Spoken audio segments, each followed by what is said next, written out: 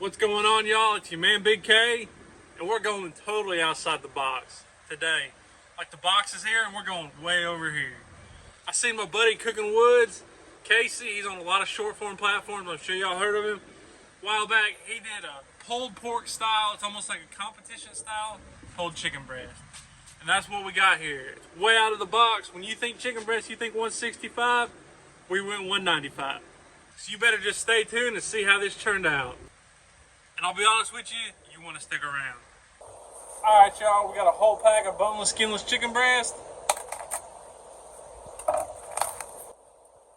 I'm only going to trim it if they got a real big piece on them. Like that piece come right off. I may knock that off just because it's kind of flapping. It ain't really fat, but it'll just dry out. Notice I'm working clean hand and dirty hand. Coming here with your mustard, it don't have to be expensive mustard. Give a little racing stripe. Rub that mustard in. Don't need a whole lot. We're gonna hit them with Killer Hogs the barbecue rub. That's what I got in my shaker right here. We want a pretty liberal coat on these.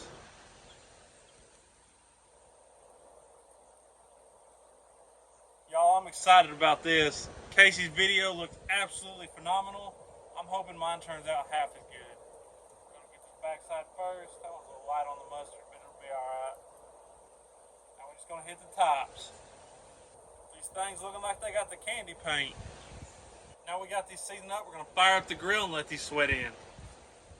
First things first, install our slow and sear attachment and our slow and sear kettle.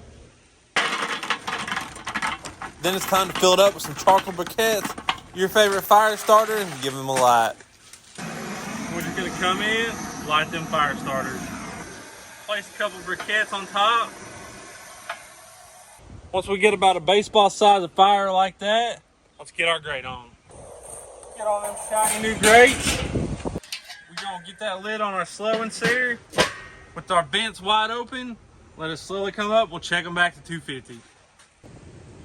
She's starting to creep up on 175, so it's time to check back them vents.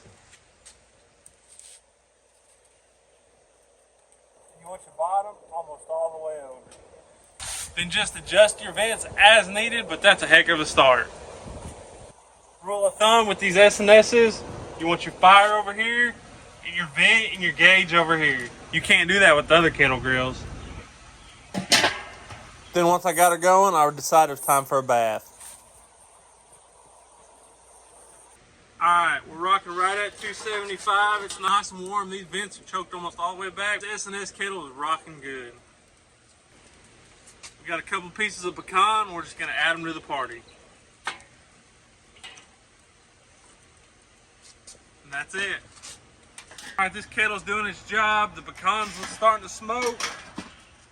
Let's get on this chicken.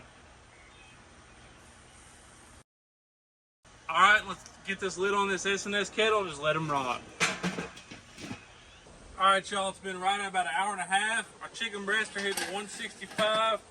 Boy, look at that color. It's about as good a bark as you can get.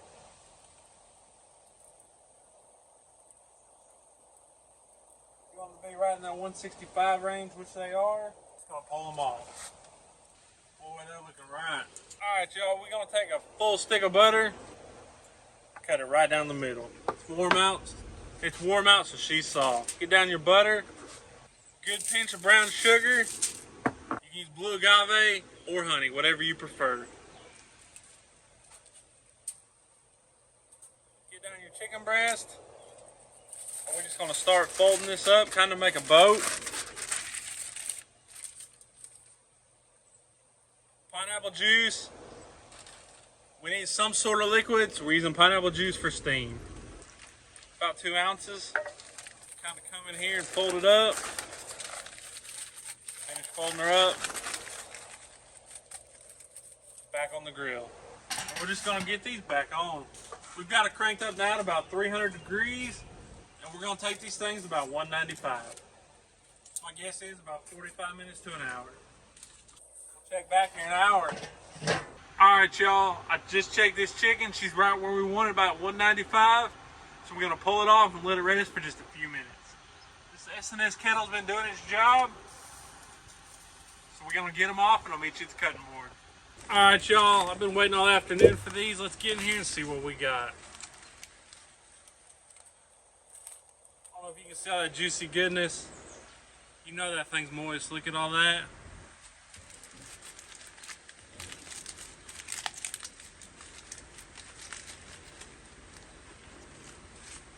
Oh yeah. And you know we're saving that juice. Can't wait no longer to open any more up. Let's shred a couple up.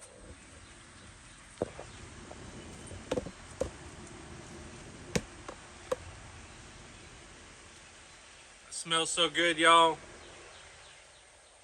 It's still plenty juicy. Got a good bit of moisture in it. I mean, you can see where it's been.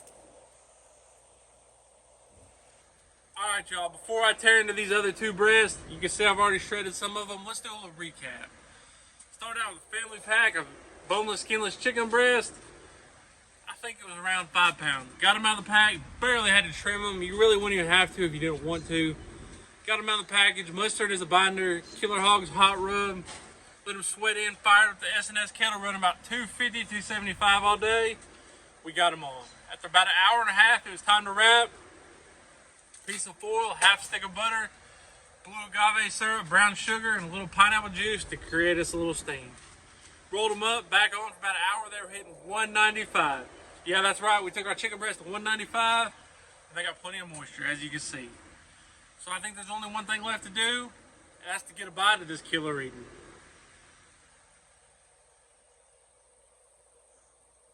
It's smoky, it's juicy, it tastes just like summer. You get all them sweet notes you do, like wrapping a pork butt that way, or ribs. I'll tell you what, it's freaking delicious. Well, I gotta go. Check us out on all social media platforms. I got a hungry camera lady, and I'll see y'all next week.